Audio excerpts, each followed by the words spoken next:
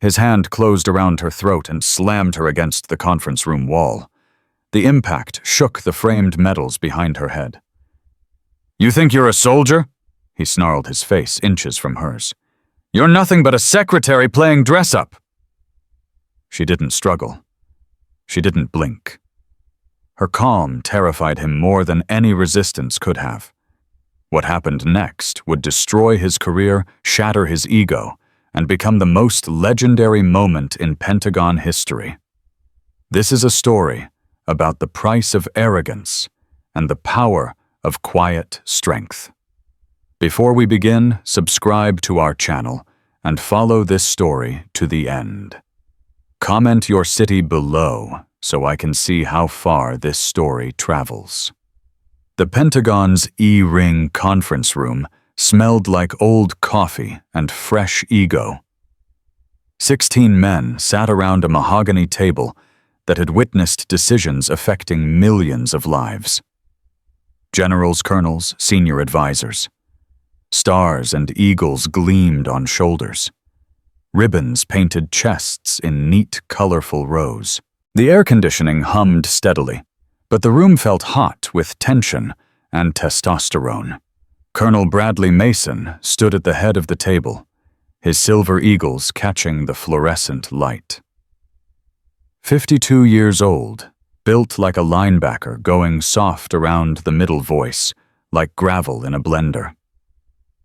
He'd commanded battalions in Iraq, advised generals in Afghanistan, and accumulated enough connections to make himself untouchable. Or so he believed.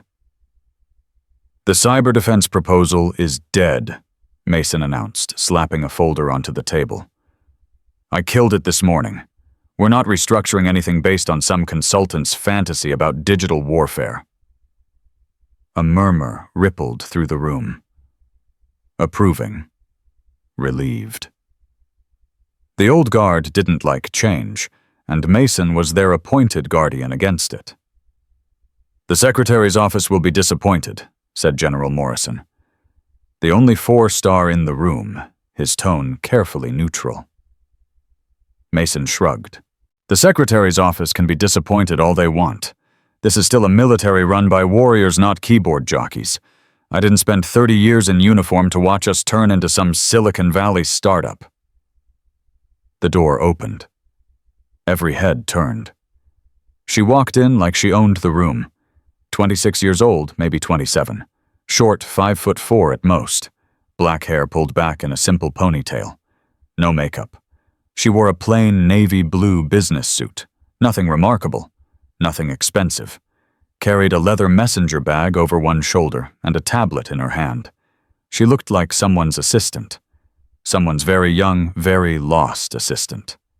Mason's eyes narrowed. "I'm sorry, this is a closed meeting. Authorized personnel only." She didn't acknowledge him, didn't even glance his way. She walked to the far end of the table, pulled out an empty chair, and sat down. Her movements were economical, unhurried. She set her tablet on the table and began scrolling through something. The silence that followed was thick enough to cut. "Excuse me." Mason's voice dropped to that dangerous register that made junior officers sweat. "I said this is a closed meeting. You need to leave. Now." Nothing. She kept scrolling. Lieutenant Colonel Peters Mason's aide leaned forward. Ma'am, you can't be in here. This is a classified briefing." Her finger paused on the tablet screen. She looked up not at Peters, not at Mason, but at General Morrison. Something passed between them. A flicker of recognition.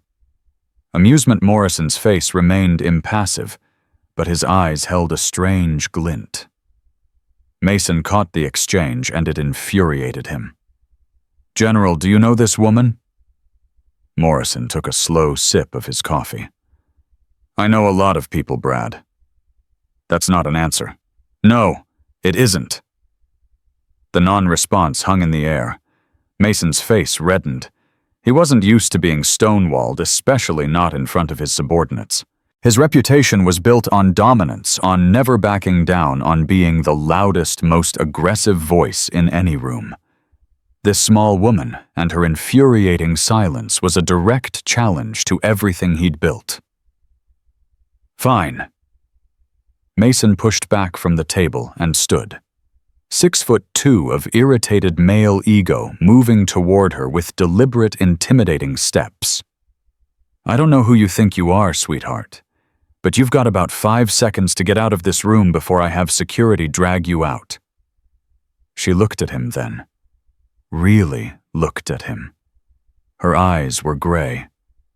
Not the soft gray of morning clouds, but the hard gray of gunmetal, of winter seas, of something that had seen things no one should see and had processed them into pure crystalline calm. Mason felt a flicker of something unfamiliar. Not fear, he didn't do fear, but uncertainty. Like realizing the ground beneath your feet might not be as solid as you thought. He pushed past it. He always pushed past things. "Did you hear me?" I said. "I heard you, Colonel." Her voice was quiet, almost soft. But it carried through the room with perfect clarity, cutting through the air conditioning hum, the nervous shuffling, the held breaths. "You said a lot of things. Most of them were incorrect." Someone gasped. Someone else choked on their coffee. Mason's face went from red to purple. "What did you just say to me?" "I said you were incorrect." She tilted her head slightly, studying him like a scientist examining a particularly uninteresting specimen. "About the cyber defense proposal. About digital warfare. About what makes a warrior." A pause. "About me." The room had gone absolutely still. Even the air conditioning seemed to quiet. No one in living memory had spoken to Colonel Mason like this. Certainly not a young woman who looked like she should be fetching coffee, not drinking it with generals. "You don't know who you're talking to." Mason growled, his voice low and dangerous. "Bradley Mason," she replied immediately. "Colonel Army, commissioned 1994, combat tours in Kosovo, Iraq, both deployments and Afghanistan. 3 Bronze Stars, 1 with Valor device, divorced twice, currently under investigation by the IG for misappropriation of training funds, though you don't know that yet. Should I continue?" Mason's mouth opened, closed, opened again. General Morrison set down his coffee cup with a soft click that sounded like a thunderclap in the silence. "Who the hell are you?" Mason managed, his voice strangled. She didn't answer, just looked at him with those gray eyes calm as a frozen lake. That was when something inside Bradley Mason snapped. He moved fast for a man his size. 30 years of military service had kept his reflexes sharp, even if his waistline had expanded. His hand shot out, grabbed the collar of her suit jacket, and yanked her up from her chair. She was light, easy to lift, easy to spin, easy to slam against the wall hard enough to rattle the framed photographs of past defense secretaries. "I asked you a question." Mason roared, his face inches from hers, spittle flying. "Who the hell are you?" The room erupted into chaos. Chairs scraped. Voices overlapped. "Brad, what are you? Colonel, stand down. Someone call security." But no one moved to intervene. Not really. These were career officers' men who had survived decades in the military's political jungle by knowing exactly when to act and when to watch. And right now they were watching. Calculating. Waiting to see which way the wind would blow before committing themselves. General Morrison was the only one who remained seated, his coffee cup still in his hand, his expression unreadable. Mason's grip tightened on her collar. "You walk into my meeting, disrespect me in front of my colleagues, act like you own the place when you're nothing. Nothing." She still hadn't moved to defend herself, hadn't raised her hands, hadn't struggled, hadn't made any attempt to break free. Her feet dangled slightly off the ground, her back pressed against the wall, her breathing steady and controlled. "You think you're a soldier?" Mason sneered, bringing his face even closer to hers. "You've never seen war. You've never held a dying man in your arms. You've never—" "Fallujah," she said. One word, quiet as a whisper, heavy as a tombstone. Mason blinked. "What? November 2004. I held 7 dying men. One was my team leader. The bullet that killed him went through my shoulder first." Her voice remained calm, conversational, as if she were discussing the weather while pinned against a wall by a man twice her size. "The scar's still there. Would you like to see it?" Something flickered across Mason's face. Confusion. Doubt. But he was in too deep to stop now. His ego wouldn't let him. The watching eyes of his colleagues wouldn't let him. He had committed to this show of dominance, and he would see it through. "Bullshit," he spat. "You would have been, 10 years old in 2004? Don't insult my intelligence with your fantasies." "I was 16. I lied about my age to enlist. A lot of us did back then." A ghost of something not quite a smile crossed her face. "You'd be surprised what a determined teenager with forged documents and a death wish can accomplish." "This is insane. You're insane." Mason looked around the room, seeking support, seeking validation. He found only stunned silence and averted eyes. "General, are you hearing this? She's clearly delusional. I want her removed and—" "Let her go, Brad." Morrison's voice was quiet, almost gentle, but it carried an unmistakable command that cut through Mason's tirade like a knife through paper. "Sir, I said let her go. Now." Something in the general's tone finally penetrated Mason's rage. He released her collar, stepping back, straightening his uniform with sharp, angry movements. She dropped lightly to her feet, adjusted her jacket with unhurried precision, and smoothed her hair. Not a single trace of fear on her face, not a hint of trauma from being assaulted by a man nearly twice her size. Just that same unnerving calm. "Thank you, General," she said, and there was something in the way she said it, an edge of irony, a subtle acknowledgement of some private joke that made Mason's skin crawl. "Would you like to explain now?" Morrison asked. "Or should we let the colonel stew a bit longer?" "I'm happy to explain." She turned to face the room, her gaze sweeping across the assembled officers with an assessing look that made several of them shift uncomfortably in their seats. "But first, I believe the colonel asked a question. Several, actually. He wanted to know who I am, what gives me the right to be here, whether I've ever seen war." She reached for the collar of her blouse. Mason snorted. "Oh, so now you're going to strip. Is that your answer?" She ignored him. With careful, deliberate movements, she unbuttoned the top 2 buttons of her blouse and pulled the fabric aside to reveal her left shoulder. The room went silent. On her skin, dark against pale flesh, was a tattoo. Not large, maybe 3 inches across, but instantly recognizable to every person in that room. A bald eagle clutching a trident, an anchor, and a flintlock pistol. Below it a scroll bearing a single word. Seal. Someone whispered, "Jesus Christ." "That's the—" Lieutenant Colonel Peters trailed off, unable to finish the sentence. "The Navy SEAL insignia," she confirmed, rebuttoning her blouse with the same unhurried calm. "Otherwise known as the Budweiser, the Trident, earned by fewer than 1% of naval special warfare candidates, and earned by even fewer women since the program only opened to us in 2016. She paused. "I was in the first class." Mason had gone pale. Genuinely pale, like someone had drained the blood from his face. That's not possible. Women weren't in special operations in 2004. You said you were in Fallujah in 2004. I was, under a different program, a classified program that doesn't officially exist.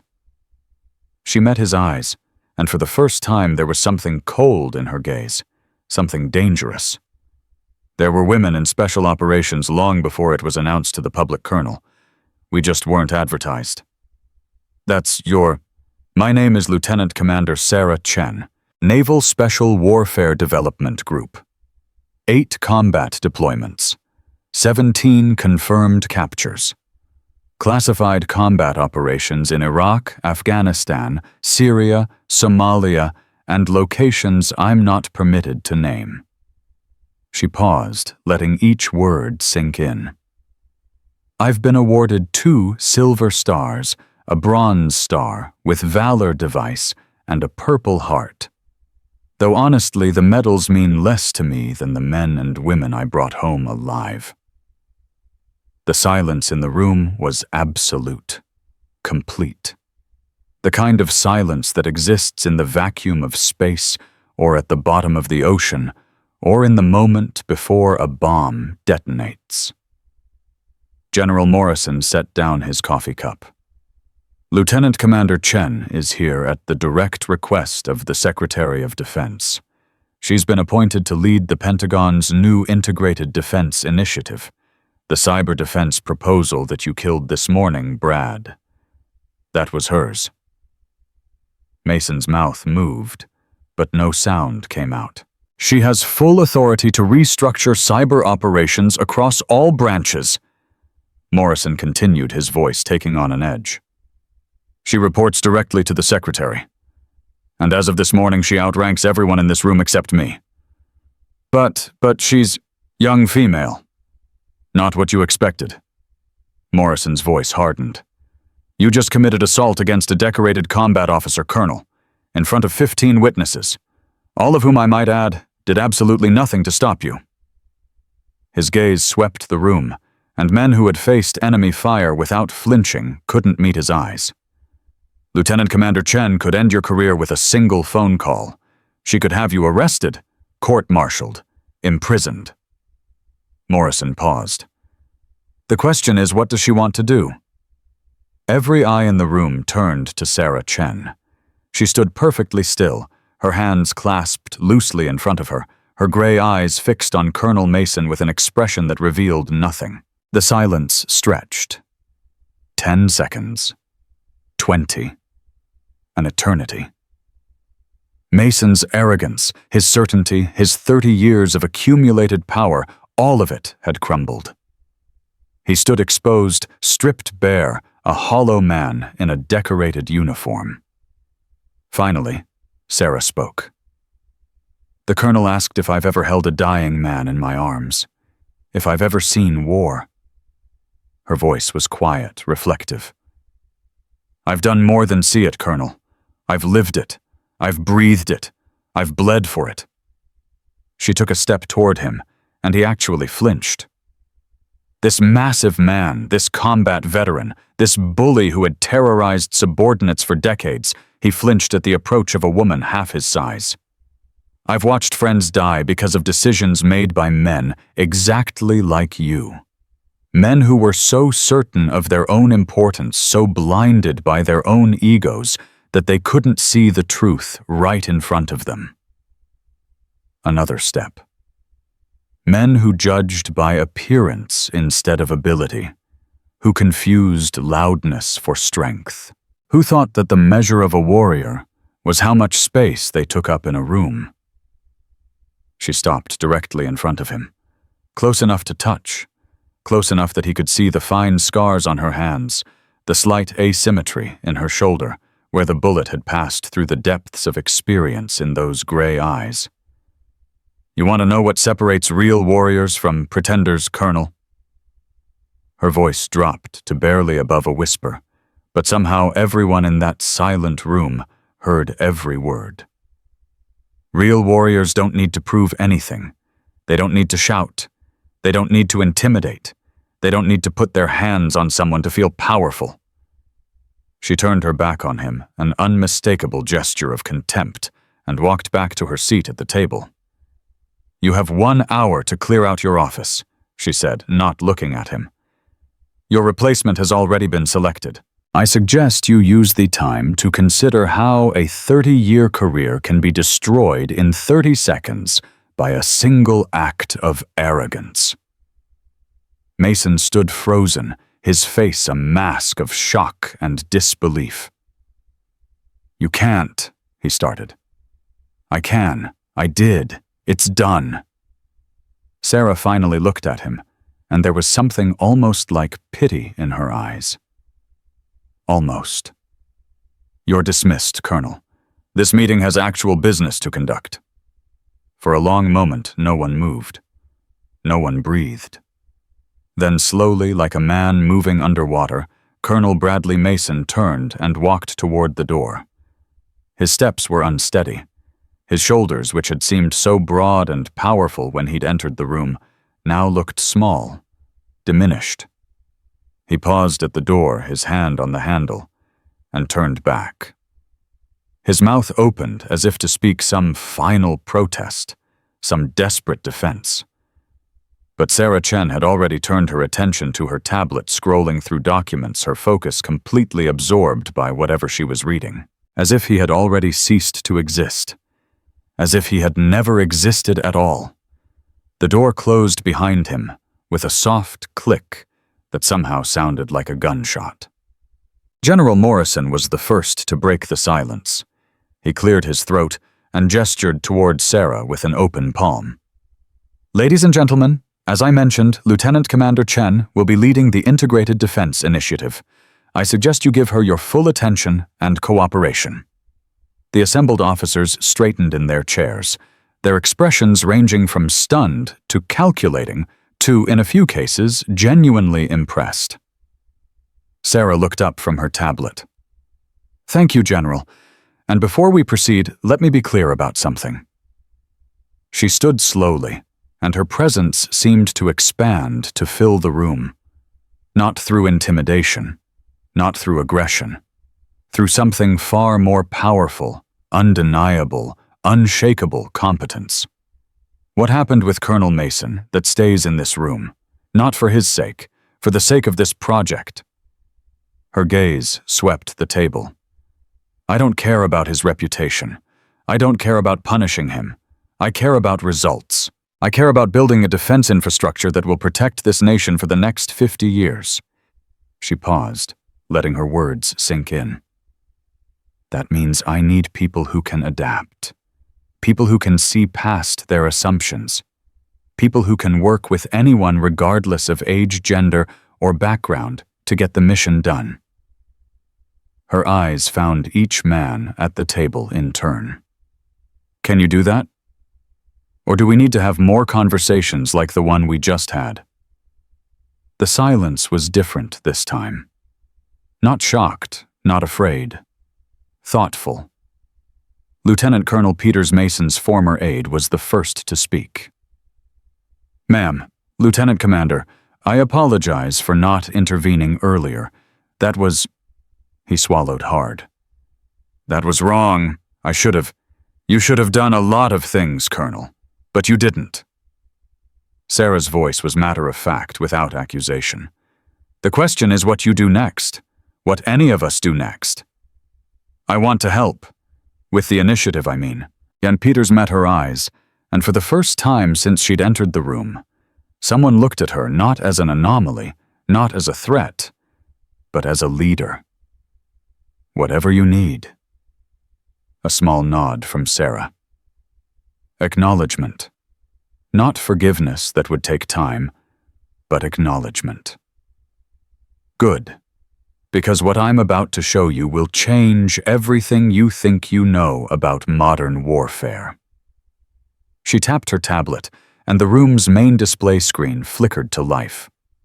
Complex diagrams appeared, network architectures, threat matrices, defense protocols more sophisticated than anything these veteran officers had ever seen. "This is Project Prometheus," Sarah said, "and this is why Colonel Mason was so desperate to kill it." The briefing had begun.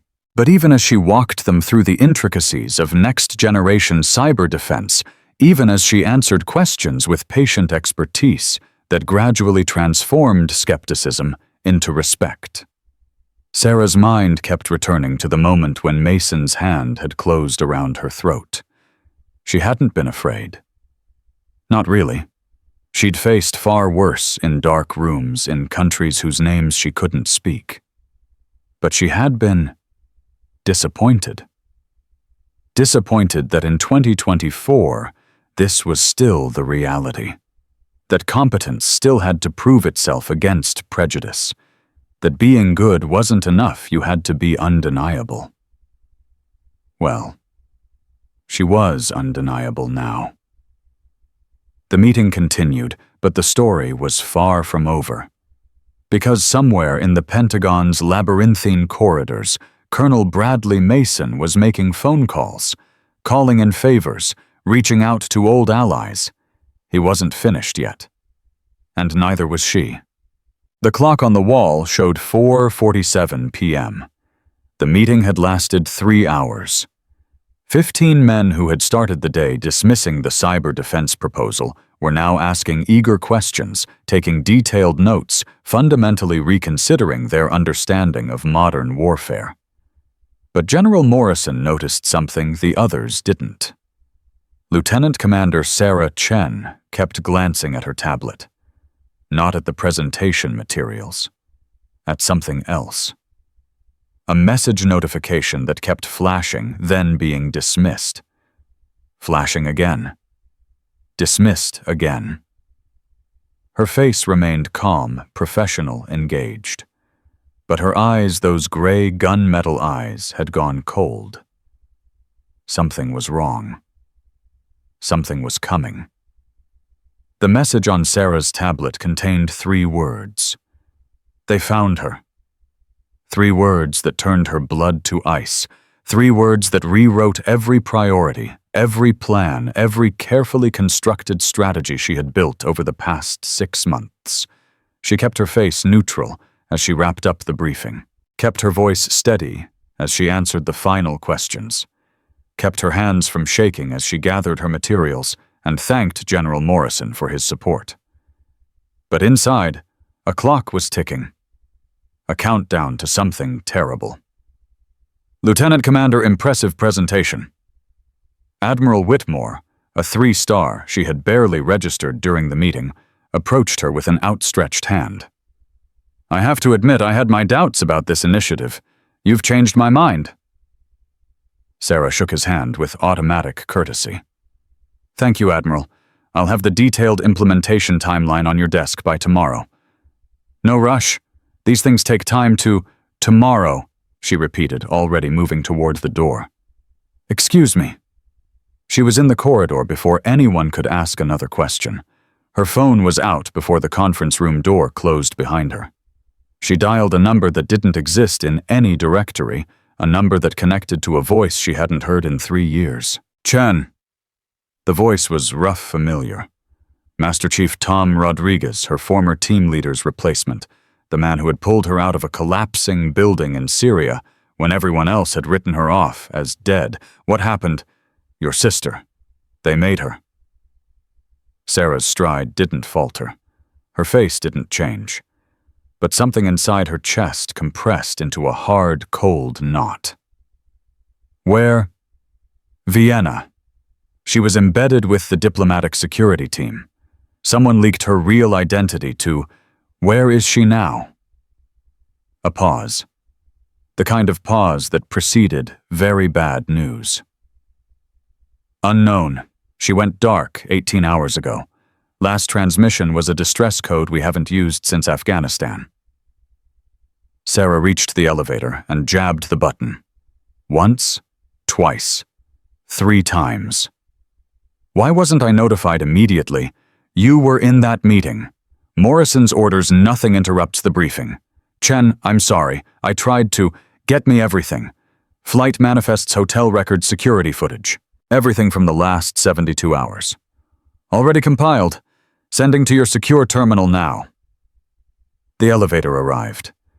Sarah stepped inside and punched the button for the basement level where the Special Operations Liaison offices were located. Rodriguez, who leaked her identity?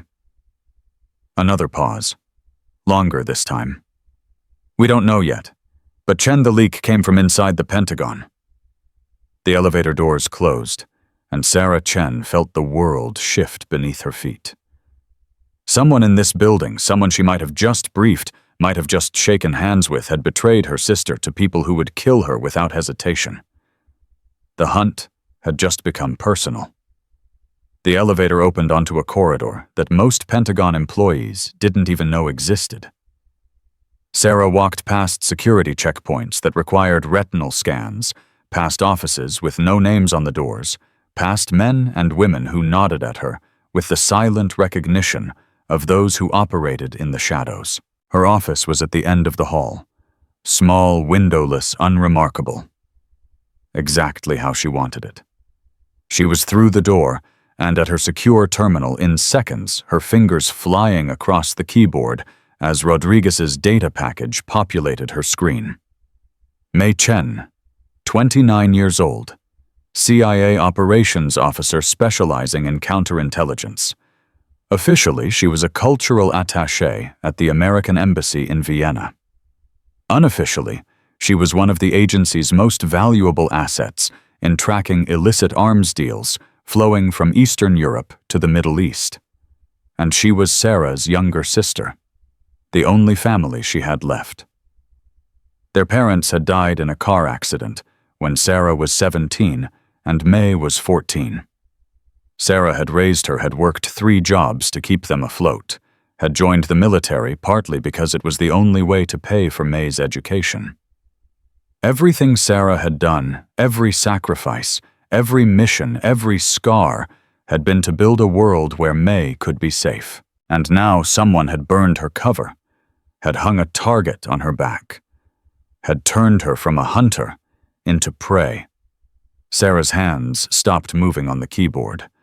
On her screen was a photograph. Surveillance footage from a Vienna street camera timestamp from 16 hours ago. It showed May walking quickly down a narrow street, her posture tense, her hand inside her jacket in a way that Sarah recognized instantly. She was reaching for her weapon. She knew she was being followed. Behind her, barely visible at the edge of the frame, were 2 men. Their faces were obscured, but their body language was unmistakable. Professional, patient, predatory. Sarah zoomed in on the image, searching for any detail that might help. A logo on a jacket, a distinctive watch. Anything. Her phone buzzed, a text from an unknown number. Looking for something. Sarah's blood went cold. She stared at the message, her mind racing through possibilities, countermeasures, threat assessments. Another buzz, another message. Check your desk drawer. She didn't move, didn't breathe. Her office was swept for bugs daily. No one should know she was here. No one should be able to reach her on this phone. Slowly, carefully, she reached for her sidearm. The Sig Sauer was out of its holster and in her hand in less than a second. She stood, moved around the desk, positioned herself with her back to the wall and a clear line of sight to the door. Then she opened the drawer. Inside was a single photograph. Her sister bound to a chair, a newspaper held in front of her with today's date visible. May's face was bruised, her lips split, but her eyes were defiant. Angry. Alive. Below the photograph was a note handwritten in neat, precise letters. Colonel Mason sends his regards. Call this number in 60 seconds or the next photograph will be much less pleasant. A phone number was printed below. Sarah's mind processed the information with cold, mechanical efficiency. Mason, the man she had humiliated hours ago, the man whose career she had destroyed in front of his peers. He wasn't just connected. He was involved. Somehow, some way, he was part of this. 50 seconds. She could call for backup. Alert Morrison. Mobilize a response team. But that would take time. Time May might not have. 40 seconds. She could trace the number. Track the source. Build a case. But they would know. They would expect that. And May would pay the price. 30 seconds. Sarah looked at the photograph again. At her sister's defiant eyes. At the bruises on her face. She made her decision. She dialed the number. 1 ring. 2 rings. 3. Lieutenant Commander Chen.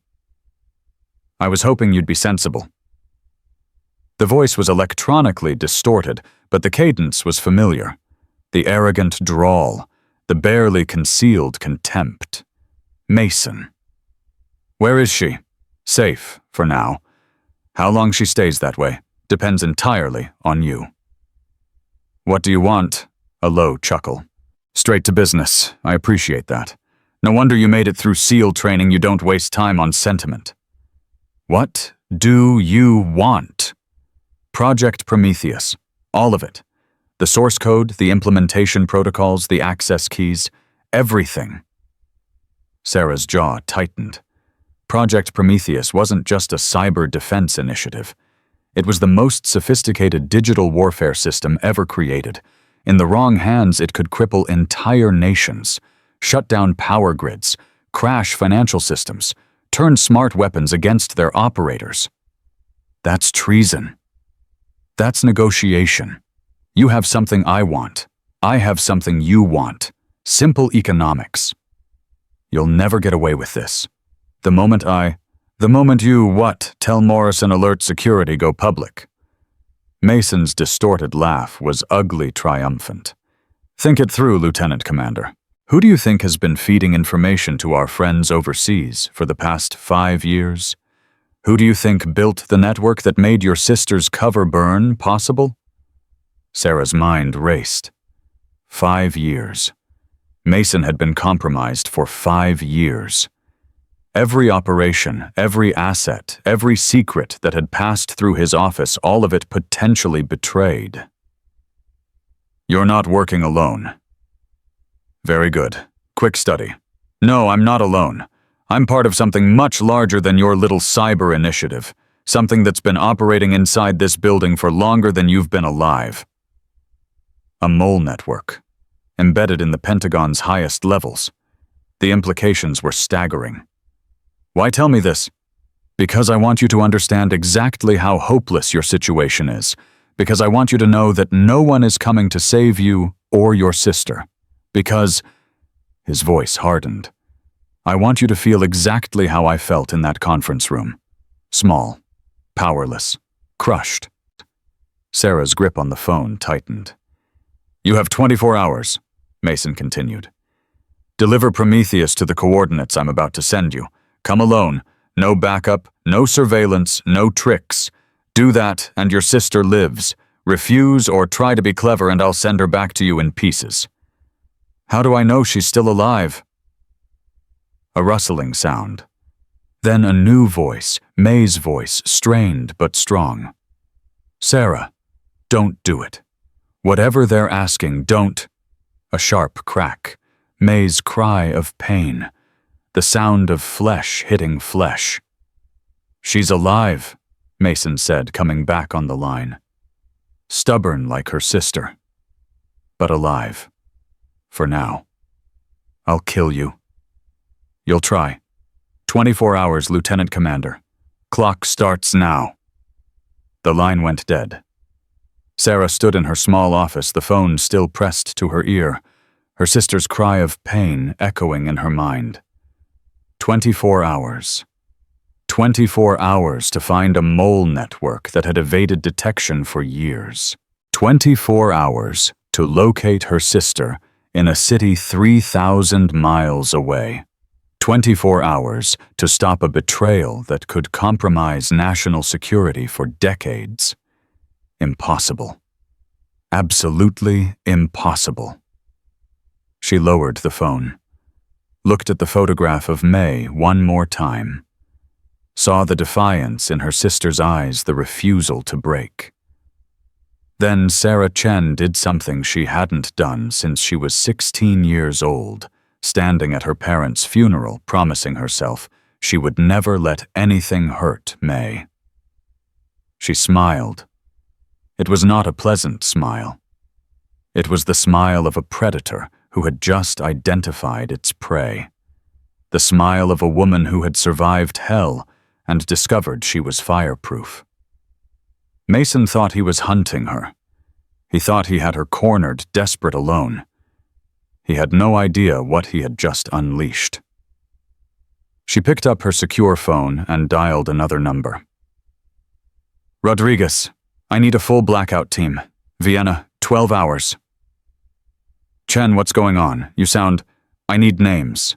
Everyone who had access to my sister's cover file, everyone who talked to Mason in the past 72 hours, everyone. That'll take time. There are protocols. Then break them. Rodriguez, they have May. They have my sister. Silence on the line. Rodriguez had met May once, years ago, had seen the photograph Sarah kept in her kit, had understood in the way that special operators understood such things exactly what May meant to her. What do you need? Everything. And I need it yesterday. Done. Chen, be careful. If Mason really has a network inside the Pentagon, then the Pentagon isn't safe. Sarah's voice was flat, cold. That's why I'm not staying here. Keep this channel open. I'll contact you in 2 hours. She hung up and began moving, gathering equipment from the hidden compartment in her desk. Weapons documents, emergency cache, the tools of a trade she had thought she'd left behind. Her hand closed around a familiar shape. Her combat knife, the one she had carried through 8 deployments, the one that had saved her life more times than she could count. She slid it into its sheath and headed for the door. In the corridor, she nearly collided with Lieutenant Colonel Peters, Mason's former aide, the man who had apologized in the conference room. Lieutenant Commander? He looked surprised to see her. I was just coming to find you. I wanted to discuss the implementation timeline. Not now, Colonel. It's important. There are some resource allocations that... I said not now. She moved to step past him, but he blocked her path. Subtle, casual, but deliberate. Is everything all right? You look troubled. Sarah met his eyes, studied his face, looking for the tells, the micro-expressions that betrayed hidden intentions. Was Peters part of it? How deep did Mason's network go? How many of the men in that conference room were compromised? Everything's fine, Colonel. If you'll excuse me. Of course. He stepped aside, but his eyes followed her as she walked away. Watching. Assessing. Sarah felt his gaze on her back like a target lock. She kept walking, kept her pace steady, kept her hand away from her weapon. But she filed the moment away. Noted the interaction. Added Peters to the list of people she couldn't trust. The list was getting very long. She reached the stairwell and took the steps 2 at a time, ascending toward the ground floor. Her car was in the parking structure. From there, she could reach Reagan National in 20 minutes. There were flights to Vienna every few hours. 24 hours. It wasn't enough time. It wasn't nearly enough time. But it was all she had. She burst through the stairwell door onto the ground floor and nearly ran into General Morrison. Lieutenant Commander, leaving so soon. Sarah forced herself to stop, to compose her face into something resembling normality. Personal emergency, sir. Family matter. I apologize for the abrupt departure. Morrison's eyes searched her face. He was old, experienced, and he hadn't risen to 4-star rank by being blind to human nature. "Chen, what's going on?" "Nothing I can discuss, sir. Not yet." "That's not an answer." "No, sir, it isn't." A long moment passed. The corridor was empty quiet, but Sarah could feel the weight of the building around her, the thousands of people working in offices above and below, any one of whom might be watching, listening, reporting back to Mason. "This have anything to do with Mason?" Morrison asked quietly. Sarah's poker face held. "Barely." "What makes you ask that, sir?" "Because I've known Brad Mason for 20 years. He's arrogant, ambitious, and petty, but he's never been stupid. And what he did in that conference room, physically assaulting a superior officer in front of witnesses, that was stupid." Sarah said nothing. "Unless—" Morrison continued, his voice dropping even lower. "He was trying to provoke you, trying to get a reaction, trying to establish a public grievance before—" He trailed off, his eyes widening slightly. "Before what, sir?" "Before making his move. Chen is Mason, part of something bigger, something we should know about." Sarah made a decision. A calculated risk based on 2 decades of reading people and a gut instinct that had kept her alive in situations far worse than this. "Yes, sir, he is. But I don't know how deep it goes or who else is involved. And until I do, I can't trust anyone in this building." Morrison's face went hard. "Including me." "Including everyone, sir, with respect." The general was silent for a long moment. Sarah watched him, ready to move, if he reached for his phone, ready to disappear, if he tried to stop her. Instead, he reached into his pocket and pulled out a small card. He pressed it into her hand. "That's a direct line. Secure. Not in any directory. When you know more, when you know who we can trust, call me. I'll have assets ready to move." Sarah looked at the card. At Morrison. At the risk he was taking by helping her. "Why?" "Because I've been in this building for 30 years, Chen, and I know the difference between a soldier following orders and a soldier doing what's right." He met her eyes. "Go save your sister. Then come back and help me clean house." She nodded once, pocketed the card. Then she was gone, moving through the Pentagon's vast corridors, like a ghost, leaving nothing behind but questions and the faint, lingering scent of gunpowder and resolve. In her office, forgotten on her desk, the photograph of Mei Chen stared at the ceiling with defiant eyes. The clock was ticking. 23 hours, 47 minutes. And somewhere in Vienna, a woman was waiting for her sister to come. Sarah Chen walked out of the Pentagon's main entrance into the late afternoon sunlight. The massive building loomed behind her, 5-sided and imposing, full of secrets and serpents. She didn't look back. Her car was exactly where she'd left it, a nondescript black sedan that could blend into any traffic. She slid behind the wheel, started the engine, and pulled out of the parking structure. As she merged onto the highway toward Reagan National, her phone buzzed again. Rodriguez. "Chen, I have the access logs. You're not going to like this." "Tell me." 12 people had access to your sister's cover file. 7 of them were in that conference room with you today. 7. Half the men she had briefed. Half the men who had watched Mason assault her and done nothing. "Who?" Rodriguez read the names. Sarah memorized each one, filing them away in the mental database that had helped her survive 2 decades of covert operations. "There's more," Rodriguez continued. "I traced the original leak, the communication that burned May's cover.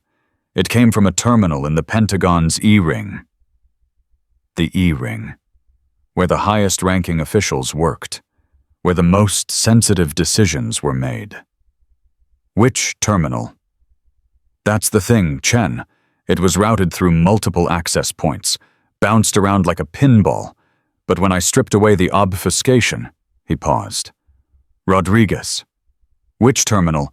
It came from the office of the Secretary of Defense. The words hit Sarah like a physical blow. The Secretary of Defense, the man who had personally appointed her to lead Project Prometheus, the man who had vouched for her, the man she had trusted with her career and her reputation. Either he was compromised, or someone in his office was. Either way, the rot went higher than she had ever imagined. Chen, you still there? I'm here? What do you want me to do? Sarah's hands tightened on the steering wheel. The airport exit was coming up. Beyond it, a plane to Vienna. Beyond that, her sister. But now she knew the truth. This wasn't just about saving May. It wasn't just about stopping Mason. It was about exposing a conspiracy that reached into the highest levels of American power, and she was the only one who could do it. Rodriguez, I need you to do something for me. Something that could end your career. Name it. I need you to start building a file. Every piece of evidence you find, every connection, every transaction, every suspicious communication.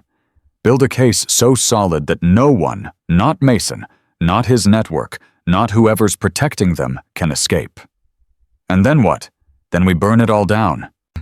She took the airport exit, her mind already racing ahead to Vienna, to May, to the confrontation that was coming 23 hours, 32 minutes. The serpent had struck first. Now it was her turn. The flight to Vienna took 8 hours and 43 minutes. Sarah didn't sleep. She couldn't. Every minute that passed was a minute May spent in captivity. Every hour was an hour of uncertainty, of fear of pain that Sarah couldn't prevent and couldn't share. She used the time to plan, to analyze, to prepare for every possible scenario. Rodriguez had sent her everything: surveillance footage, communication intercepts, financial records that traced a web of corruption spanning 3 continents. The more she read, the more she understood the scope of what she was facing. Mason wasn't just a traitor. He was a node in a network that had been operating for decades, selling secrets, burning assets, trading American lives for foreign money, and someone very powerful was protecting him. The plane touched down at Vienna International Airport at 6:47 a.m. local time. Sarah moved through customs with a diplomatic passport that identified her as a State Department analyst. The passport was real. The identity behind it was a carefully constructed fiction. 14 hours, 26 minutes remaining. She had arranged for a rental car through channels that couldn't be traced. A gray Volkswagen, unremarkable, forgettable. She drove into the city as the sun rose over the Danube, painting the ancient buildings in shades of gold and amber. Beautiful, historic, crawling with enemies she couldn't see. Her phone buzzed. A text from Rodriguez. Location confirmed. Industrial District. Warehouse 17. Heavy security. At least 12 hostiles. Sarah memorized the address and deleted the message. 12 against 1. Bad odds. But she'd faced worse. What worried her wasn't the numbers. It was the timing. Mason had given her 24 hours, which meant he expected her to arrive at a specific moment. Which meant he had prepared for her arrival.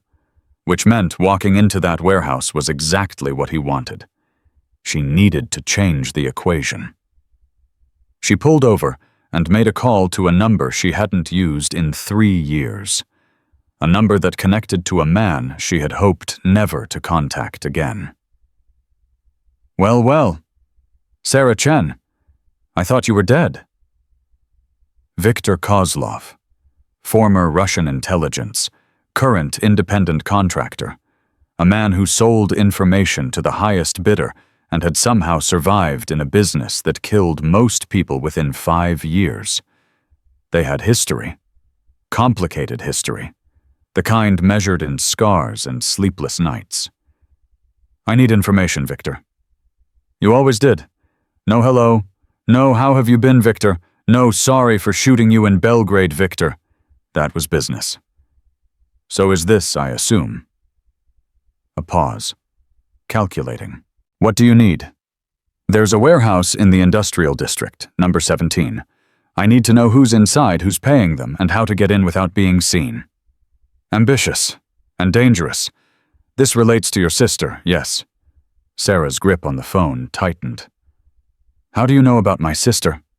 I know everything, Sarah. That's why you called me. Victor's voice turned serious. The people holding her, they're not amateurs. Ex-military, most of them. Well-funded, well-equipped. Someone with deep pockets is backing this operation. Mason. Mason is a puppet. A useful one, but still a puppet. The real power behind this. Victor hesitated. Sarah, are you sure you want to pull this thread? Some doors once opened cannot be closed. They have my sister. Yes. And if you go in there unprepared, they'll have you too. Then who saves either of you?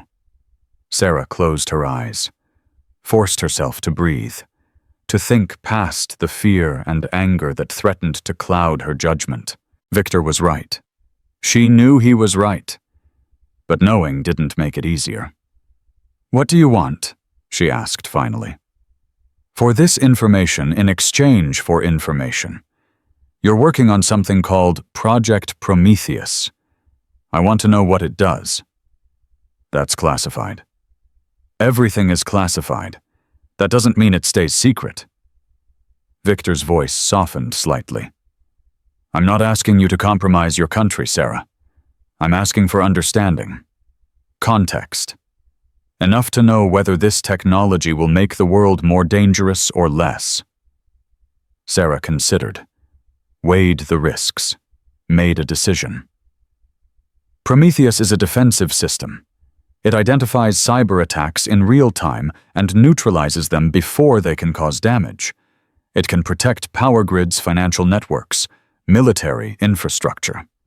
In the wrong hands, it could also be used offensively to attack instead of defend. And that's why Mason wants it. Yes. Interesting. Victor was quiet for a moment. Very well. I'll send you what I have on the warehouse. Entry points, guard rotations, communication frequencies. But Sarah... Yes. The people behind this are not just criminals. They're ideologues. True believers in a new world order where borders are meaningless and nations are obsolete. They see Prometheus as a key to that future. They will not surrender it easily. I don't expect them to surrender. No, I don't suppose you do. Victor paused. Good luck, Sarah Chen. Try not to die. You still owe me for Belgrade. The line went dead. 12 hours, 17 minutes. Victor's information arrived within the hour. Sarah studied it in a coffee shop near the city center, memorizing layouts, analyzing patterns, identifying weaknesses. The warehouse was a fortress. Multiple entry points, all heavily guarded. Surveillance cameras covering every approach. Motion sensors, pressure plates, the works. Getting in would be nearly impossible. Getting in undetected would be completely impossible, which meant she needed a different approach. She pulled out her phone and made another call, this one to the American Embassy. Embassy Security, how may I direct your call? This is Lieutenant Commander Sarah Chen, Naval Special Warfare. I need to speak with the station chief immediately. A pause. The sound of keys typing. Ma'am, I don't have any record of a Lieutenant Commander Chen scheduled for... Tell him Prometheus is compromised. Tell him Mason is blown. He'll take the call.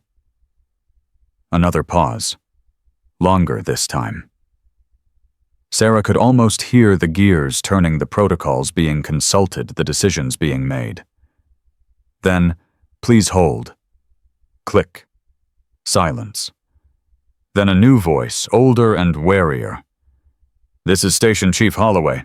You've got 30 seconds to explain why I shouldn't have you arrested. Colonel Bradley Mason has been running a mole network inside the Pentagon for at least 5 years. He's working with foreign actors to acquire classified technology. He's currently holding my sister, a CIA operations officer, hostage in a warehouse in the industrial district. I need tactical support." "That's a hell of an accusation, Commander." "I have evidence. Communications intercepts financial record surveillance footage. I can have it all on your desk in 10 minutes. And you expect me to mobilize assets based on, I expect you to do your job, Chief. There's an American citizen being held by hostile actors on Austrian soil. There's a traitor in the Pentagon selling secrets to our enemies. And there's a narrow window to stop both before people start dying. So yes, I expect you to mobilize assets. Unless you'd rather explain to Langley why you sat on your hands while one of their officers was executed." Silence on the line. Sarah could hear Holloway breathing, could almost feel him weighing the risks and rewards. "Where are you now?" he asked finally. "Coffee shop on Stephansplatz. I can be at the embassy in 15 minutes. Make it 10. And Commander, if this is some kind of game, if you're not who you say you are." "It's not a game, Chief. I wish it were." She hung up and headed for the door. 10 minutes. She could make it in 8 if she pushed. The embassy was a fortress of its own. Marine guards, metal detectors, security protocols that would make most prisons jealous.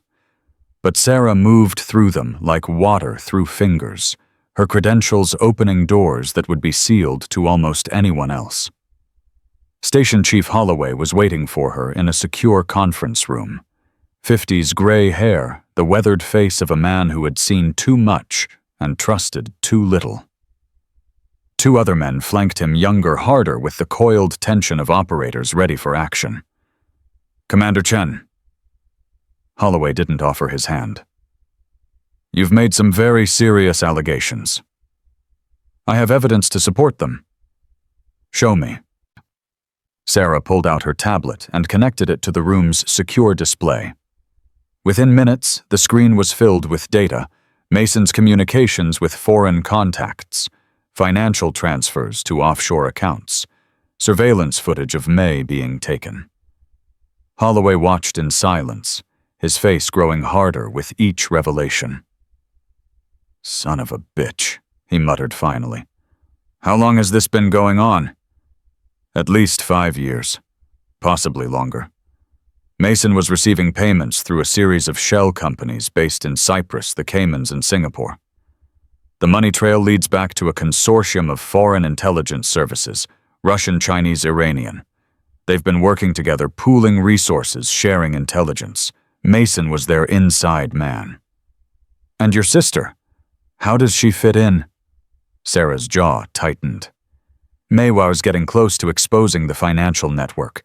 She didn't know about Mason specifically, but she was following the money. They burned her cover to stop her investigation. And they're using her as leverage to force me to hand over Prometheus. Which you're not going to do. "No, I'm going to get her back and bring Mason down, but I can't do it alone." Holloway leaned back in his chair, studying her with eyes that had evaluated countless assets and operations over a 30-year career. "You want tactical support." "I want a team, 4 operators maximum, enough to create a diversion while I extract May. I'll handle Mason personally." "That's not how this works, Commander. We have protocols, chains of command. I can't just—" "Chief!" Sarah leaned forward, her voice dropping to barely above a whisper. "In 8 hours, Mason is going to kill my sister. He's going to take the most advanced cyber defense system ever created and hand it to people who want to destroy everything we've built. And while you're consulting your protocols and your chains of command, that window is closing. Second by second. Minute by minute. So I'm asking you not as an officer, not as a representative of the U.S. government, but as a human being. Help me stop this. Help me save her. The room was silent. The weight of the moment hung in the air like smoke. Then one of the younger men spoke up, the one on the left with the scar above his eyebrow and the quiet intensity of someone who had seen real combat. "I'll go." Holloway turned to him. "Martinez." "With respect, sir, she's right. We have an American asset in hostile hands. We have actionable intelligence on a traitor. And we have," he checked his watch, 7 hours and 43 minutes before the situation goes from bad to catastrophic. Protocol says we should act. Chain of command says we should act. Hell, basic human decency says we should act. So let's act. The other young man nodded. "I'm in too. Chief, this is what we trained for. Let us do our jobs." Holloway looked at his men, at Sarah, at the evidence still displayed on the screen. Damn it. He ran a hand through his gray hair. "Fine, but this stays off the books. Nothing in writing, nothing in the reports. As far as anyone knows, this conversation never happened." "Understood. Martinez Cooper, get your gear. Full kit, non-attributable. We move in 2 hours." Holloway turned to Sarah. "And you, Commander, you'd better be as good as your file says you are. Because if this goes sideways, it won't." Famous last words. But there was a hint of respect in his voice now. The respect of one warrior for another. 2 hours. Don't be late." Sarah nodded and rose to leave. At the door, she paused. "Chief, thank you." "Don't thank me yet. Thank me when your sister's safe and Mason's in chains." Holloway's eyes were hard, but not unkind. "Now go. You've got a war to win." The next 2 hours were a blur of preparation. Weapons checks, communication protocols, contingency plans. Martinez and Cooper were professionals, quiet, efficient, deadly. They didn't ask unnecessary questions, didn't waste time on small talk. They understood the stakes, and they were ready to act. Sarah appreciated that more than she could say. At 4:17 p.m., they rolled out in 2 vehicles, Sarah in the lead car with Martinez Cooper following in a backup vehicle loaded with additional equipment. The industrial district was a maze of aging factories and abandoned warehouses, the kind of place where illegal things happened, and no one asked questions. Warehouse 17 sat at the center of the maze, a hulking structure of rusted metal and crumbling concrete. From a distance, it looked deserted. Sarah knew better. "Thermal shows at least 15 signatures inside," Martinez reported, studying a handheld scanner. "Concentrated on the ground floor near the northeast corner. That's probably where they're holding your sister. And the rest, spread out, patrol patterns. They're expecting trouble." Sarah nodded. "Then let's give them some." The plan was simple. Cooper would create a diversion on the south side of the building. Smoke grenades, flashbangs, enough noise to draw attention without causing casualties. While the guards were distracted, Sarah and Martinez would enter through a maintenance access on the roof, descend to the ground floor, and extract May. Simple. Clean. Almost certainly going to go wrong somewhere along the way. But that was the nature of operations like this. You planned for the best case, you prepared for the worst, and you adapted when reality inevitably fell somewhere in between. "In position," Cooper's voice crackled through the earpiece. "Ready on your mark." Sarah checked her weapon one final time, looked at Martinez, received a nod in return. "Mark." The south side of the warehouse erupted in smoke and thunder. Shouts echoed through the evening air. Running footsteps. Confusion. Sarah moved. She was up the external ladder and onto the roof in seconds, Martinez right behind her. The maintenance hatch was where Victor had said it would be rusted shut, But a few seconds with a pry bar solved that problem. They dropped into darkness. The interior of the warehouse was a labyrinth of catwalks and storage containers, shadows within shadows. Sarah navigated by memory the layout from Victor's intel burned into her brain. Northeast corner, ground floor. That's where May would be. They descended a metal stairway, footsteps silent, weapons ready. Below, she could hear the chaos of the diversion guards shouting radios, crackling the organized response of trained professionals dealing with an unexpected threat. Good. Let them focus on the diversion. Let them think that was the main attack. By the time they realized their mistake, it would be too late. Sarah reached the ground floor and pressed herself against a storage container, listening. Martinez flanked her, covering the angles she couldn't see. Voices ahead. 2 guards, maybe 3, positioned outside a heavy steel door. May was behind that door. Sarah could feel it in her bones. She signaled to Martinez. 2 targets on the left, 1 on the right. She would take the pair. He would handle the singleton. 3, 2, 1. They moved as one fluid, precise, lethal. The guards never knew what hit them. 2 shots silenced center mass. A 3rd shot half a second later. 3 bodies crumpling to the concrete. Sarah was at the door before the last guard stopped twitching. Locked, reinforced. But the keypad beside it was standard commercial, the kind she'd bypassed 100 times in training. 30 seconds of work, and the door clicked open. Sarah pushed through, weapon raised, ready for anything. May was there, bound to a chair just like in the photograph. Her face was more bruised now, her lip still bleeding, but her eyes, those defiant, furious eyes, lit up when she saw her sister. "Sarah, I knew you'd come." Always. And Sarah moved to cut the bonds, her knife making quick work of the rope. "Can you walk? I can run if I have to."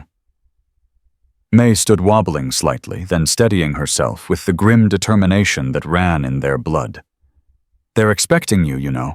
This whole thing, it's a trap." "I know. And you came anyway." "You're my sister." Sarah pulled May into a brief, fierce embrace. "I'd walk into hell for you." "Pretty sure you just did." May pulled back, her expression hardening. "Mason's here, in the building. He wanted to be present for the exchange." Sarah's blood went cold. "Where?" "Upper floor. Office overlooking the main warehouse floor. He's been watching everything. Probably watching us right now." As if on cue, the warehouse's PA system crackled to life. "Lieutenant Commander Chen, so good of you to join us." Mason's voice echoed through the cavernous space distorted by cheap speakers, but unmistakably smug. Triumphant. "I have to admit I'm impressed. I expected you to come in through the front door begging for mercy. Instead, you bring friends. You make tactical plans. You almost managed to surprise me." A pause. "Almost?" The lights snapped on, all of them at once, flooding the warehouse in harsh fluorescent brightness. Sarah blinked against the sudden glare and saw what she had feared. They were surrounded. 15, 20, maybe more armed men emerging from behind containers, dropping down from catwalks, appearing from shadows that no longer existed. All of them with weapons trained on Sarah Martinez and May. "Did you really think it would be that easy?" Mason's voice dripped with contempt. "Did you really think you could waltz in here, grab your sister, and waltz back out? You're predictable, Chen. That's your weakness. You think like a soldier, not like a survivor." A door opened on the upper level. Mason stepped out onto a catwalk, looking down at them like a king surveying his kingdom. He was smiling. "Now then," he said, his voice carrying clearly through the silent warehouse. "Let's discuss the terms of your surrender." Sarah's weapon stayed steady even as 20 guns pointed back at her. Martinez shifted beside her, his breathing controlled his posture, coiled. May pressed close to Sarah's back, unarmed but unbroken. 3 against 20. Surrounded. Outgunned. Mason had won. Or so he thought. "Drop your weapons," Mason called down from the catwalk. "Slowly, carefully. Any sudden movements and my men will turn you into Swiss cheese." Sarah didn't move. Her mind raced through possibilities, calculating angles, measuring distances, searching for any advantage in a situation that seemed to offer none. "I said drop them, Chen. Don't make this harder than it needs to be." "And then what?" Sarah's voice echoed through the warehouse, calm and clear. "You let us go. We all walk away, friends." Mason laughed. The sound bounced off metal walls, harsh and mocking. "Walk away, no commander. You don't walk away from this. You hand over Prometheus and maybe I let your sister live. You, on the other hand, know too much. You've seen too much. You're a liability I can't afford." So this was never a negotiation. It was always an execution. I just needed you to deliver Prometheus first. Mason spread his hands. "But you came empty-handed, didn't you? Thought you'd play the hero. Rescue your sister, expose the conspiracy, save the day." His voice hardened. "Real life doesn't work that way, Chen. Real life is messy, brutal. The good guys don't always win." Sarah lowered her weapon. Slowly, carefully, placed it on the concrete floor. Martinez hesitated, then did the same. "Kick them away." They complied. The weapons skittered across the floor out of reach. Mason descended the stairs with the leisurely confidence of a man who believed he had already won. His footsteps rang against metal, each one a countdown to disaster. "You know what your problem is, Chen." He reached the ground floor and walked toward them, his guards parting like water before him. "You think you're special. You think being a SEAL, being a woman in a man's world, being some kind of prodigy, you think it makes you untouchable. It doesn't. It just makes you a bigger target."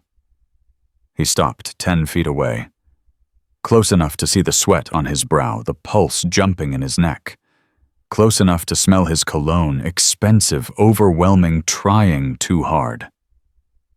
"I've been in this game for 30 years, Mason continued. "I've watched operators like you come and go. Young, talented, absolutely certain you're going to change the world. And every single one of you ends up the same way, dead in a ditch somewhere, forgotten by the system you sacrificed everything to serve. Is that supposed to frighten me? It's supposed to educate you, but clearly the lesson hasn't sunk in yet." Mason turned to one of his men. "Search them. All of them. Then bring me the tablet." Rough hands grabbed Sarah, patting her down with professional efficiency.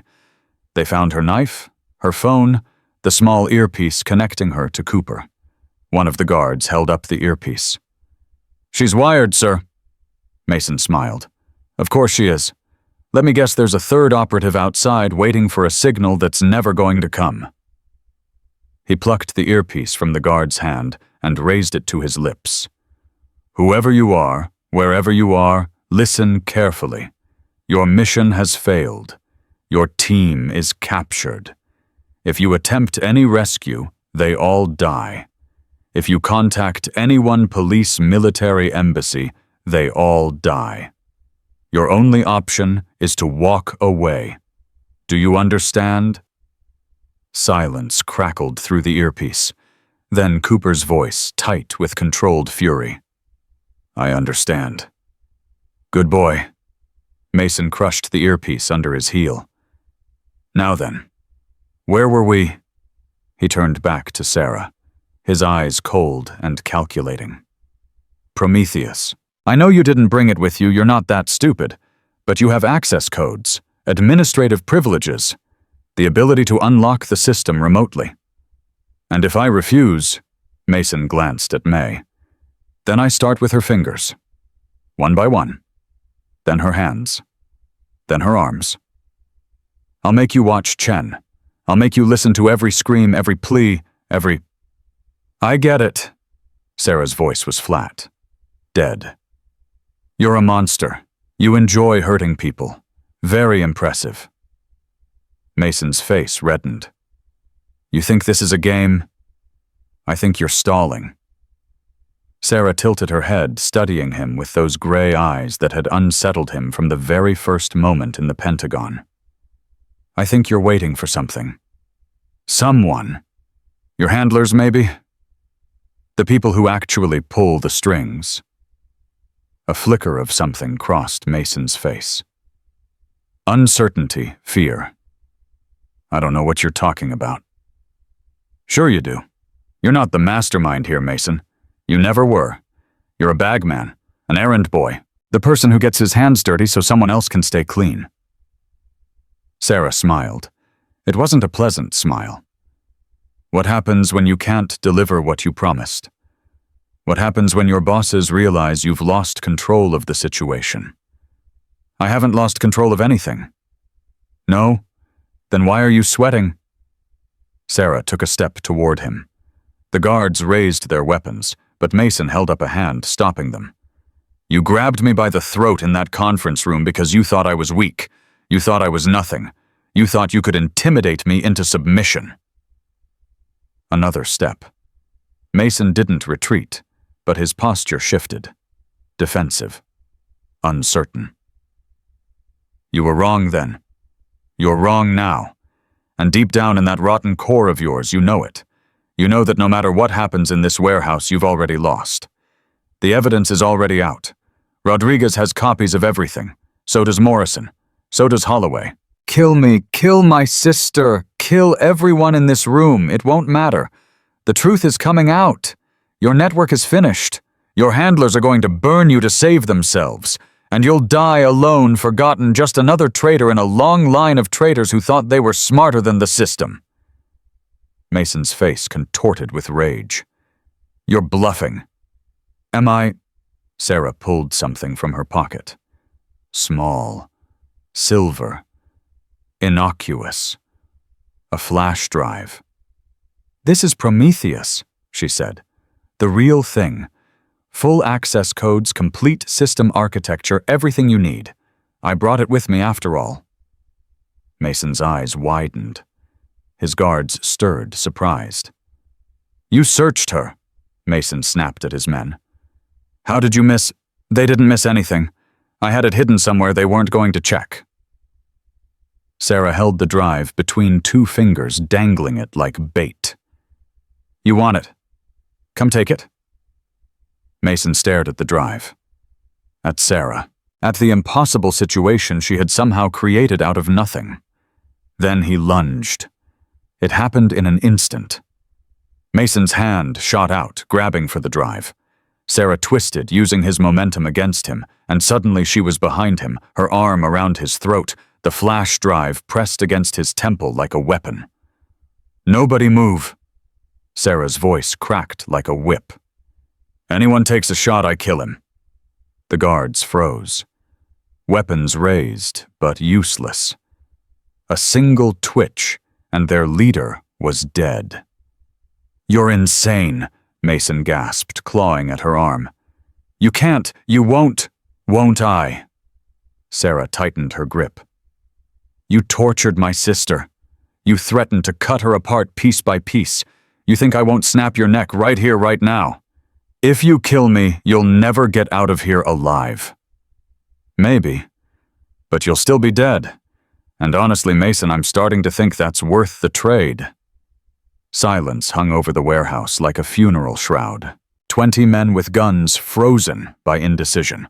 One hostage struggling for breath. 2 sisters and 1 operator caught in the eye of a hurricane. Then May spoke. Sarah, let me have him. Sarah glanced at her sister. May's face was calm, resolved transformed from victim to something far more dangerous. May, he tortured me for 18 hours. He told me exactly what he was going to do to you when you arrived. He described it in detail. May's voice was steady. Too steady. I think I've earned the right to look him in the eye when this ends. Sarah hesitated. Then slowly she released her grip on Mason's throat just enough to spin him around and shove him toward May. Mason stumbled, gasping, and found himself face to face with the woman he had brutalized for nearly a day. May was smaller than him, beaten, exhausted. But her eyes held something that made Mason take an involuntary step backward.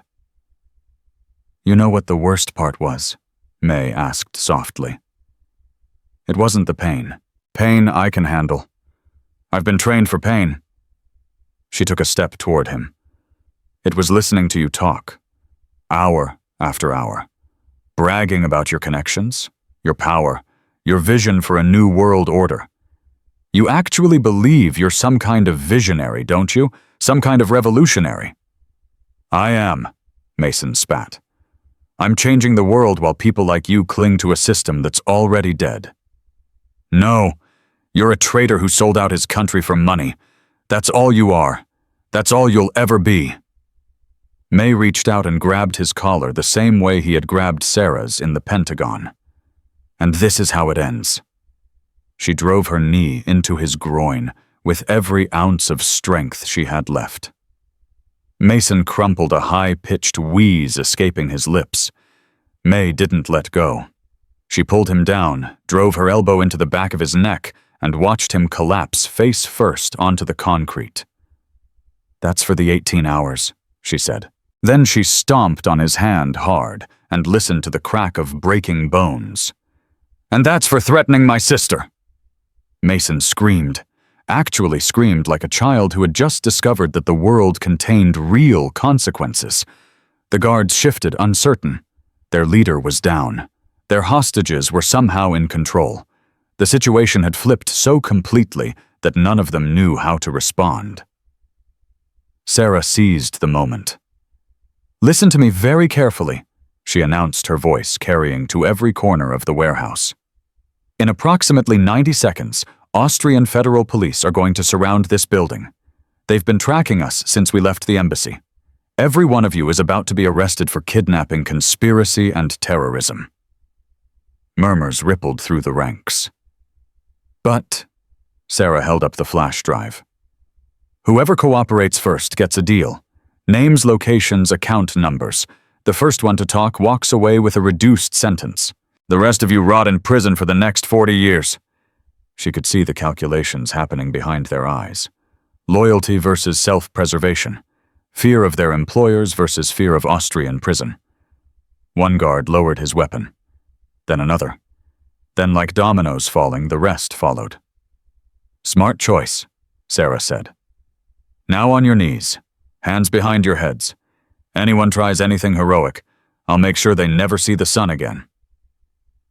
They complied. 20 armed mercenaries brought low by a woman they had underestimated, manipulated by nothing more than psychology and sheer force of will. Martinez let out a low whistle. "Damn, Commander. That was not over yet." Sarah moved to Mason, who was curled on the floor, cradling his broken hand. She crouched beside him, forcing him to meet her eyes. "The network," she said. "Names. I want every single person involved in this conspiracy. From the Pentagon to the foreign handlers. Everyone." "Go to hell." Sarah reached for his broken hand, placed her thumb against the shattered bones, applied the slightest pressure. Mason's scream echoed through the warehouse. "Name's Mason, or I keep going." "You can't. You're a U.S. military officer. You can't." "I'm a SEAL. We're trained to complete the mission by any means necessary." She pressed harder. "Names." The screaming intensified. Then, between gasps and sobs, the names started coming. Lieutenant Colonel Peters, Admiral Harrison, a senator from Virginia, a deputy director at the NSA.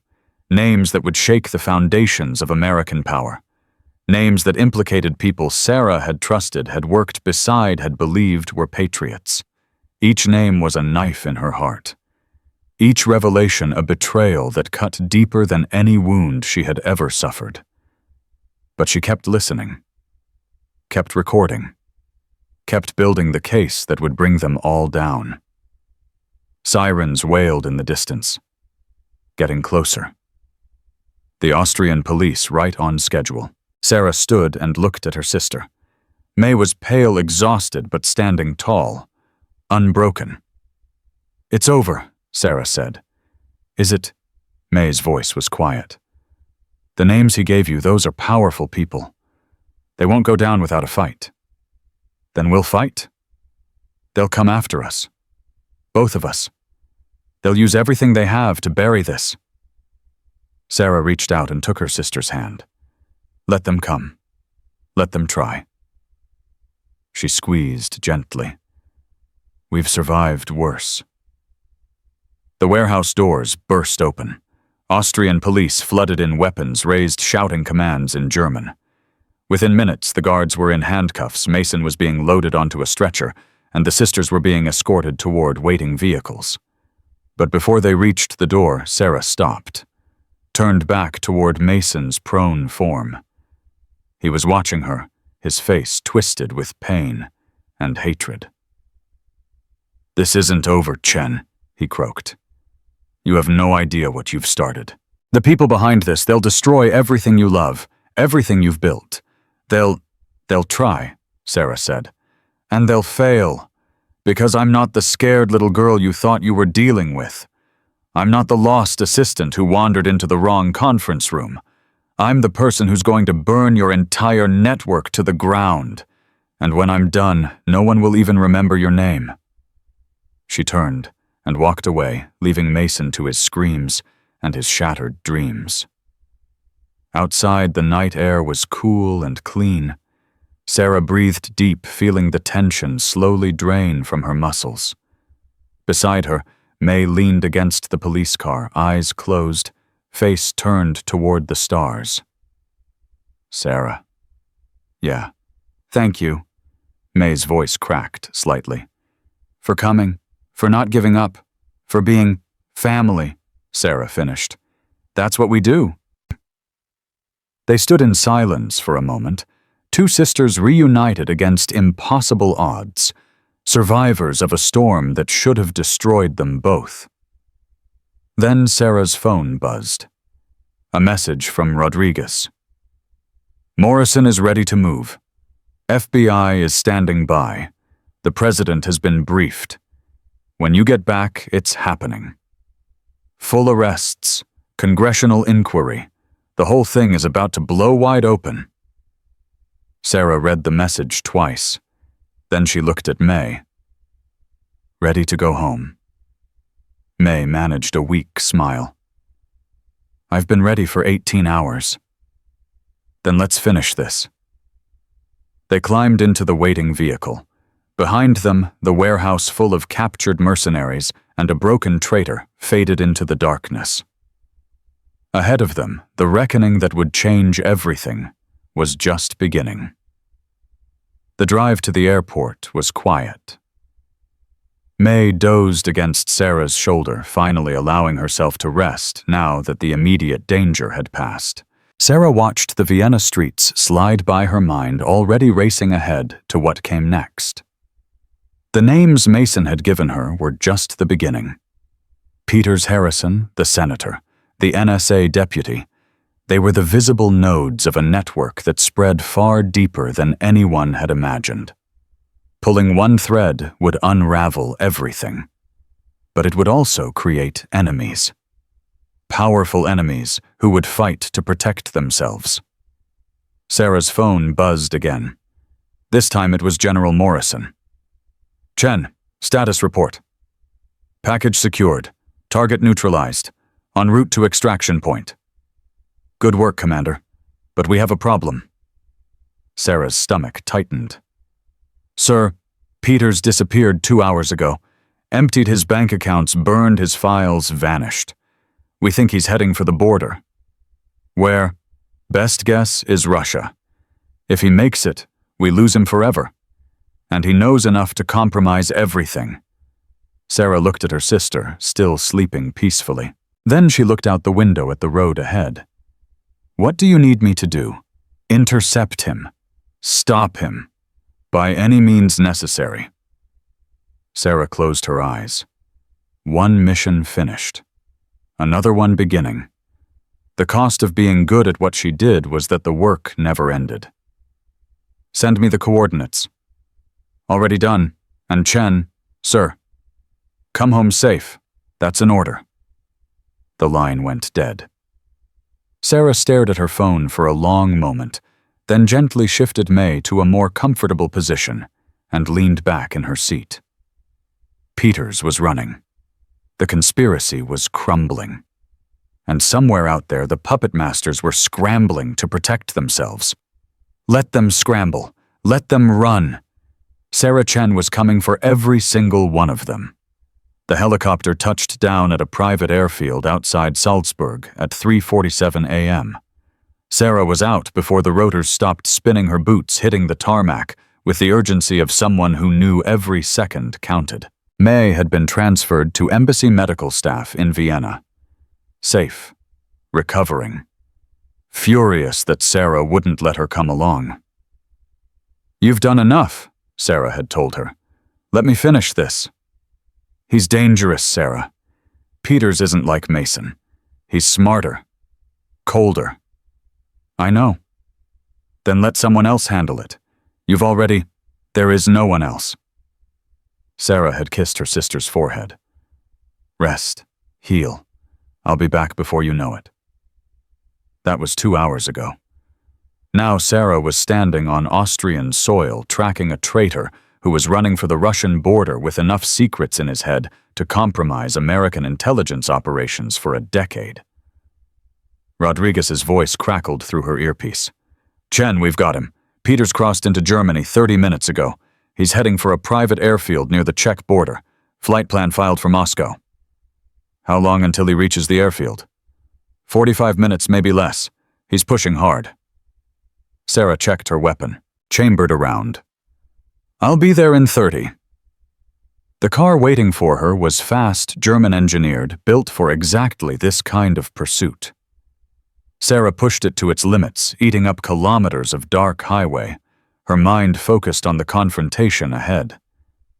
Peters wasn't Mason. He wouldn't break under pressure. He wouldn't scream or beg or make stupid mistakes. He was a career intelligence officer, trained in the same techniques Sarah had mastered, hardened by decades of operating in the shadows. He would fight. He would scheme. He would do whatever it took to survive. Which meant Sarah had to be better. Faster. More ruthless. She had to become the thing he feared most, the consequence he never saw coming. The airfield materialized out of the darkness like a ghost. Small, private, barely a strip of concrete with a few hangars scattered around it. A single jet sat on the runway engines, warming ready for takeoff. Sarah killed the headlights and coasted to a stop behind a maintenance shed. Through the pre-dawn gloom, she could see figures moving near the aircraft. 3, maybe 4. Peters and his security detail. Her earpiece crackled. "Chen, local authorities are 20 minutes out. Can you hold position until—" "Negative. That plane takes off. We lose him forever." "Then what's your play?" Sarah studied the airfield. The guards were professional alert, positioned to cover all approaches. A frontal assault would be suicide. A flanking maneuver would take too long. She needed a different approach. "Rodriguez, can you access the airfield systems remotely?" "Maybe. What do you need?" "Kill the lights. All of them. Give me 30 seconds of darkness." A pause. Keys clicking. Then, "Ready on your mark." Sarah drew her weapon, steadied her breathing, felt the familiar calm settle over her like armor. "Mark." The airfield plunged into blackness. Sarah moved like a shadow through shadows. The guards cursed, fumbled for flashlights, lost precious seconds to confusion. She was past the first one before he knew she was there. A silent strike to the back of his neck that dropped him without a sound.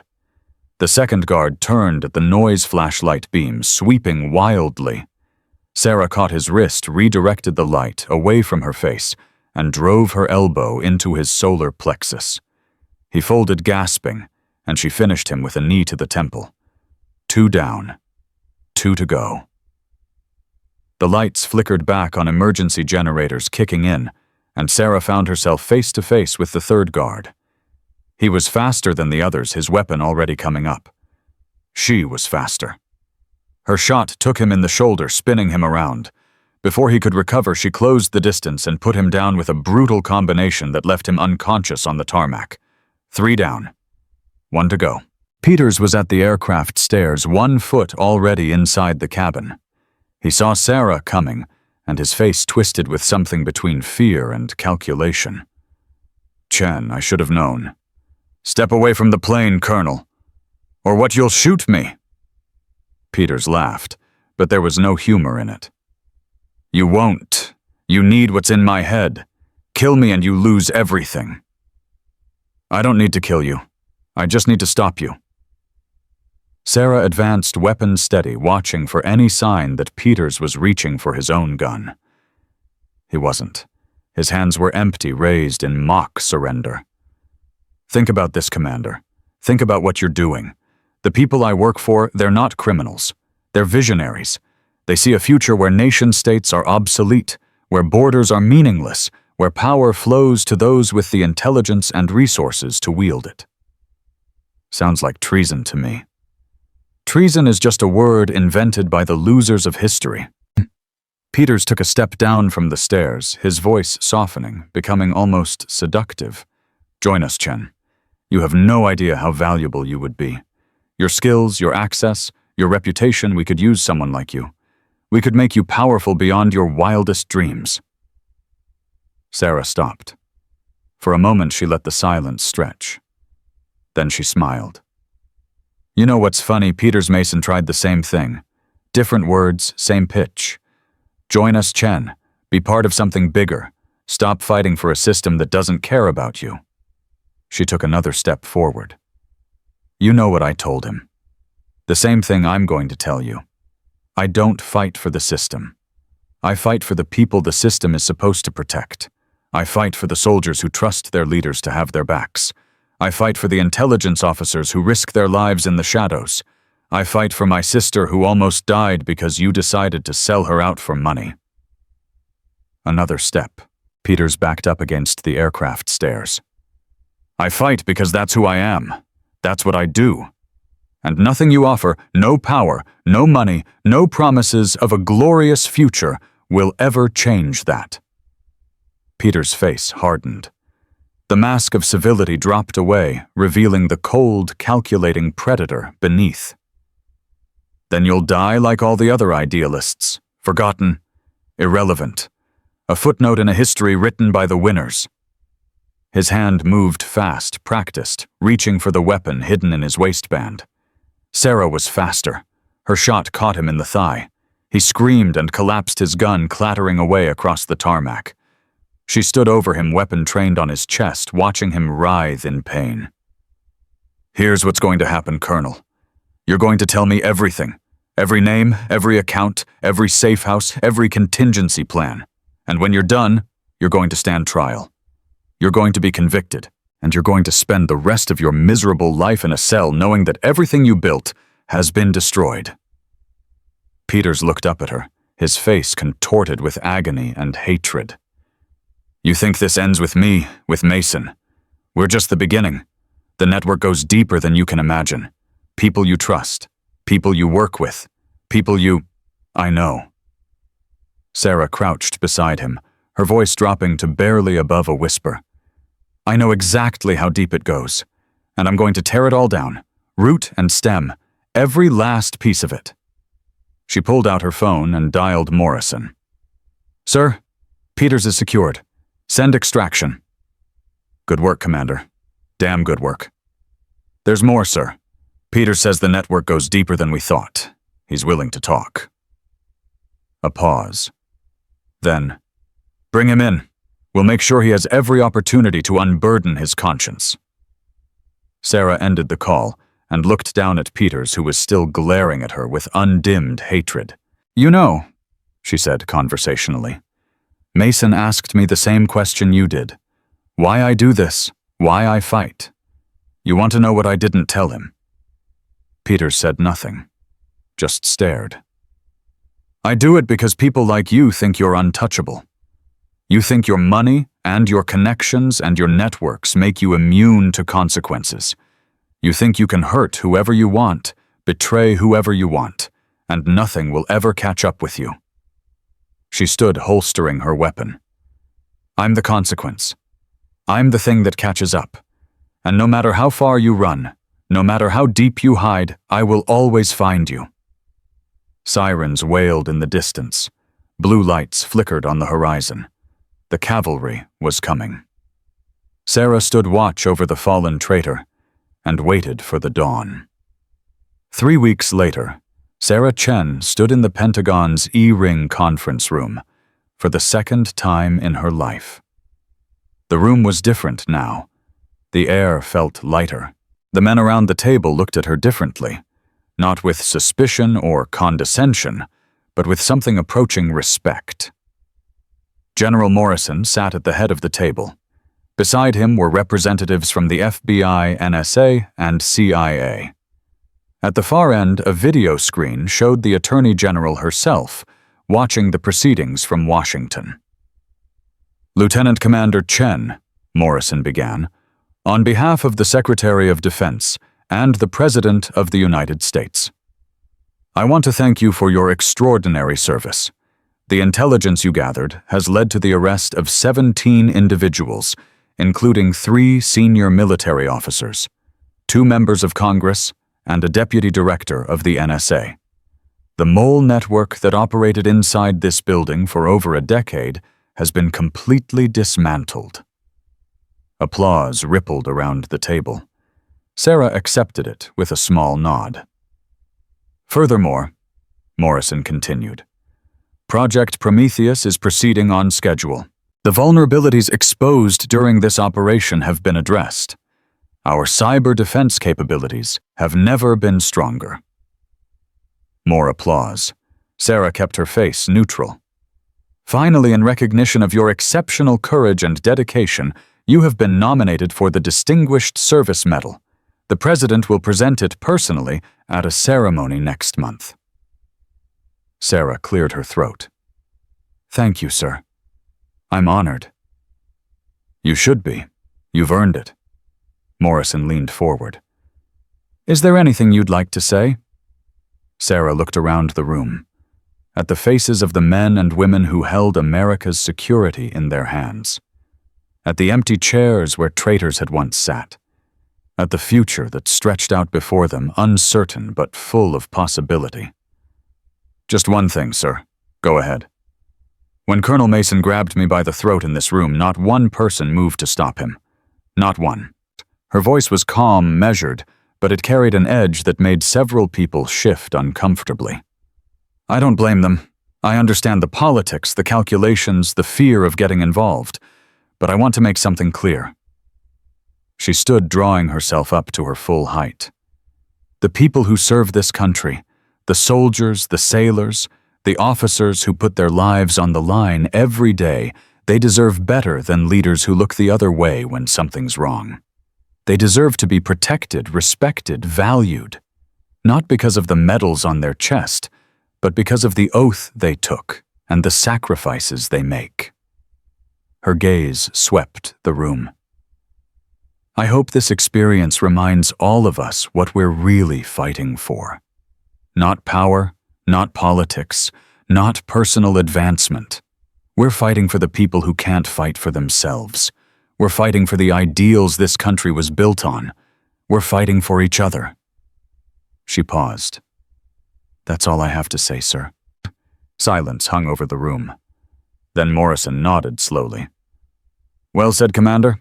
Well said indeed." The meeting adjourned. People filed out, many stopping to shake Sarah's hand, to offer congratulations, to express admiration they would never have shown 3 weeks earlier. Sarah accepted it all with grace, but her mind was elsewhere. May was waiting for her outside. Recovered now, the bruises faded the fire in her eyes brighter than ever. She was returning to the CIA, to the work she loved, to the shadows where she thrived. "How did it go?" May asked, as Sarah emerged into the sunlight. "Fine. Medals, speeches, the usual." "You hate the usual." "I do," Sarah smiled. "But sometimes you have to play the game." They walked together through the Pentagon's corridors, two sisters who had survived the unsurvivable, who had faced the darkness and emerged stronger. "What now?" May asked. Now I get back to work. Prometheus isn't going to implement itself, and there are still threats out there. Still people who think they can hurt this country without consequences. And you're going to stop them? Someone has to. May laughed. "You know, when we were kids, I always thought you'd end up doing something boring. Accounting, maybe. Or teaching. And instead I ended up hunting traitors and dismantling international conspiracies." "Yeah," May bumped her shoulder affectionately. "You always did overachieve." They reached the exit. Beyond the glass doors, Washington spread out before them monuments and memorial symbols of a nation that had endured for centuries through war and peace, triumph and tragedy. Sarah paused at the threshold. "May." "Yeah, thank you for not giving up, for staying strong, for being family." May finished. "That's what we do." Sarah smiled. A real smile this time. The smile of a woman who had walked through fire and found on the other side something worth fighting for. "Let's go home."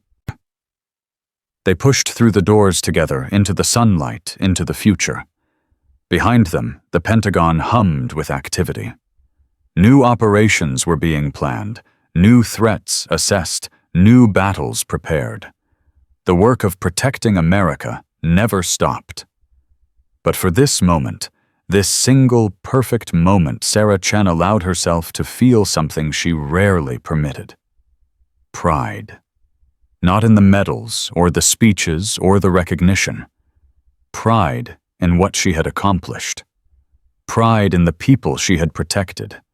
Pride in the sister she had saved. Pride in the woman she had become. The world was full of people who mistook silence for weakness, who confused humility with inadequacy, who looked at a young woman in a plain suit and saw nothing worth respecting. They were wrong. They had always been wrong. And Sarah Chen would spend the rest of her life proving it not through words, not through boasts, not through demanding the respect she was owed. Through action. Through competence. Through the quiet, unstoppable force of someone who knew exactly who she was and what she was capable of. That was the lesson Mason had learned too late. The lesson Peters had discovered at the cost of his freedom. The lesson that would echo through the halls of power for generations to come. Never underestimate the quiet ones. Never dismiss the ones who don't need to prove themselves. Never ever grab someone by the collar and assume you know their story. Because the most dangerous people in the world are often the ones you never see coming. And Sarah Chen was the most dangerous of them all. Not because of her training, not because of her weapons, not because of her rank, or her medals, or her reputation. Because she fought for something bigger than herself. Because she refused to back down no matter the odds. Because she was in the end exactly what she had always claimed to be.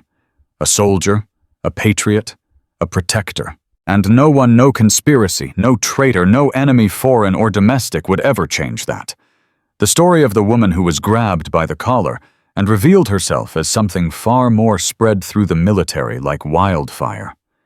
It became legend passed down from senior officers to new recruits, from grizzled veterans to wide-eyed cadets.